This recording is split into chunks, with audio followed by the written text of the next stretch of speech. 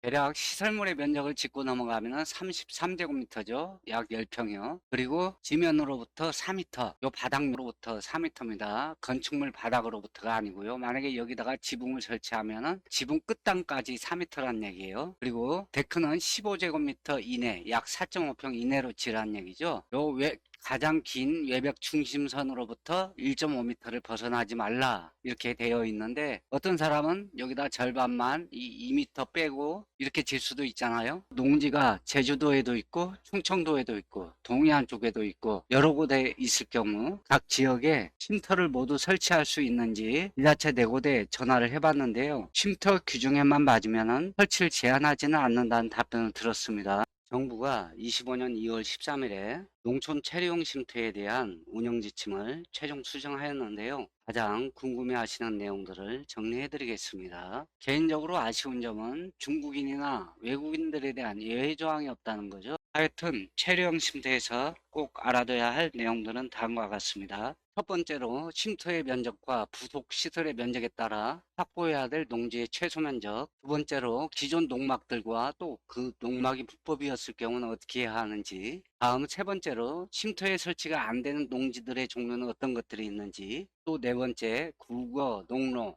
임도 등 진입로의 인정 범위는 어디까지 되는지. 다음으로 정화조와 전기, 수도의 설치 조항이 어떤 것들이 있는지 정리해 드리겠습니다. 대략 시설물의 면적을 짚고 넘어가면 33제곱미터죠. 약 10평이요. 그리고 지면으로부터 4m, 요 바닥으로부터 4m입니다. 건축물 바닥으로부터가 아니고요. 만약에 여기다가 지붕을 설치하면은 지붕 끝단까지 4m란 얘기예요. 그리고 데크는 15제곱미터 이내, 약 4.5평 이내로 지으라는 얘기죠.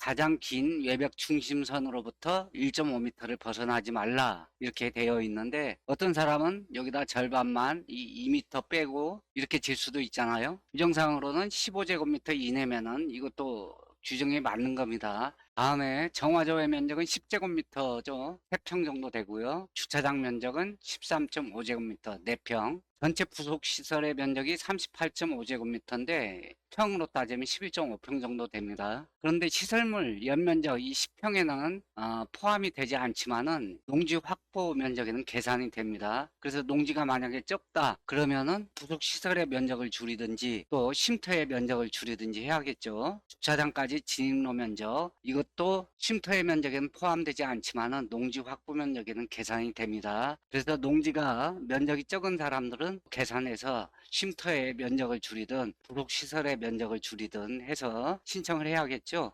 그래서 시설물이 10평, 그리고 데크가 4.5평, 정화조가 3평, 또 주차장이 13.5제곱미터 4평, 이럴 경우는 71.5제곱미터가 나오죠. 이런 경우 농지의 확보 면적은 44평 내외는 돼야 된다는 얘기고요. 이동로 설치 그 면적은 또 제외하게 되니까 약 44평 내외가 되겠고요.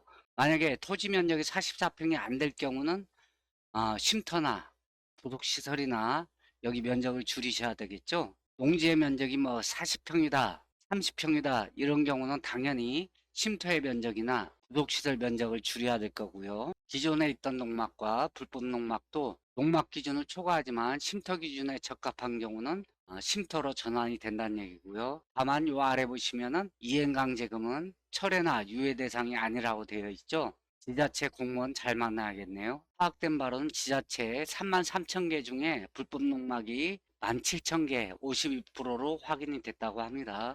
설치 방식은 가설건축물 신고를 취소한 후에 새로운 가설건축물 축조 신고를 득해야 됩니다. 기존 농막 철거 후에 쉼터를 신축하든지 아니면 기존 농막에 증축을 하든지 덧대어서 해당 필지 내에 별개의 가설건축물 약 4평 정도를 더 설치를 하든지 그렇게 하란 얘기네요. 면적이 초과되는 게 문제지 모자라는 건 문제가 안 됩니다.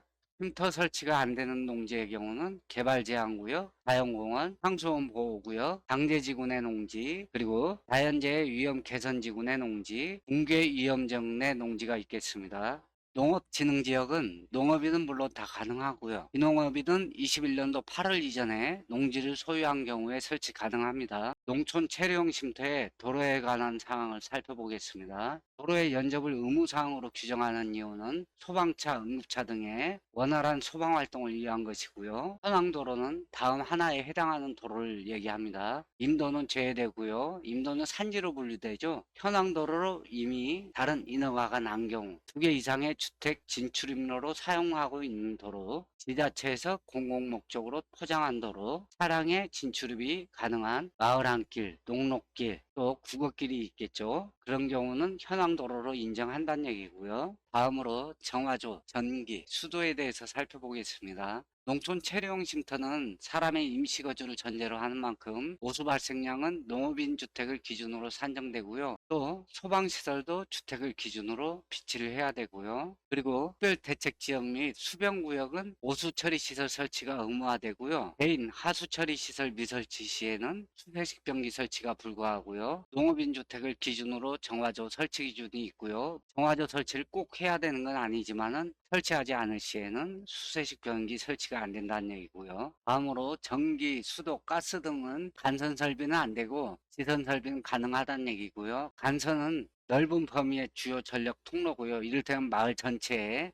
전력을 공급한다든지, 그리고 지선은 각 가정이나 최종 사용자한테 직접 전기를 공급하는 것을 지선이라고 합니다. 그래서 좀 이해하기 쉽게 요 전신주에 연결돼서 이렇게 집으로 들어오는 거 있죠. 이거는 다 지선이라고 보시면 됩니다. 그런데 이게 엄청 큰 전봇대에 통이 막 주렁주렁 달려 있는 것들이 있죠. 큰 통들이, 변압기 통들이, 이런 거는 간선이라고 보시면 되고요. 지선 설비는 가능하다고 되어 있고요. 양도소득세하고 종합부동산세는 납부 대상이 아닙니다. 다만 취득세와 재산세는 납부를 해야 되고요. 농촌 체류용 쉼터의 존치 기간 최초 설치 3년 또 3회 연장할 경우 12년까지 되죠. 지자체 건축조례에 따라서 자율권을 주고 있습니다. 쉼터에 전입신고를 가능도 하고 막을 수도 없지만은 농지법 위반이고 행정처분 대상입니다. 여기다가 전입신고 하려고 하는 사람은 없겠죠. 도로의 폭은 꼭 4m 이상일 필요는 없죠. 농로도 되고 국어길도 되고 되니까요. 이것은 사실상의 통로이기만 하면은 상관이 없습니다. 현황도로일 수도 있고 지자체에 맡기는 게 상당 부분 많죠. 그래서 담당 공무원 잘 만나야겠죠. 그리고 촌 체류용 쉼터의 설치는 다음과 같은 절차로 진행이 됩니다. 민원인이 쉼터와 부속시설의 배치도 평면도를 첨부하여 가설 건축물 축조 신고서를 건축부서에 제출하면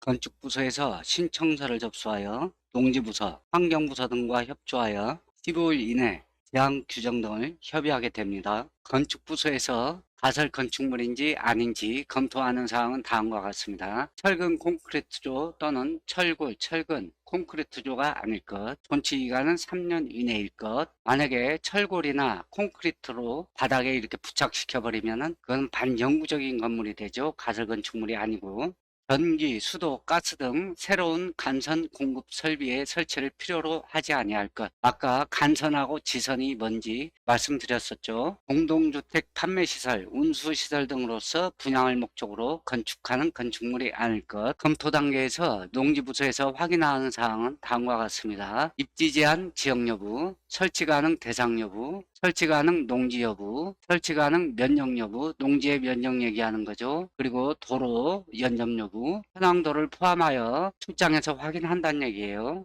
아까 전에 어떤 농지는 되고 어떤 농지는 안 되고 도로는 어떻고 하는 거는 말씀을 드렸습니다. 환경부서에서는 개발제한구역, 자연공원법, 수도법상에 제한받는 토지가 아닌지 검토를 하게 되고요. 2단계까지 기준 충족 시에 신고 필증이 교부되고요. 민원인은 상하수도, 정화조 및 전기 설치를 할 수 있게 됩니다. 다음으로 건축부서 가설건축물 관리대장에 등재를 하고 민원인이 가설건축물 신고 필증과 쉼터의 설치 현황 등을 서류로 제출하면 지자체는 농지대장 이용정보 변경 등재를 하게 됩니다. 영상을 보고 나가면 언제 어디서 왔는지 금방 잊어버리니까요. 구독과 알람 설정을 해놔야 다시 기억하고 찾아보실 수 있습니다.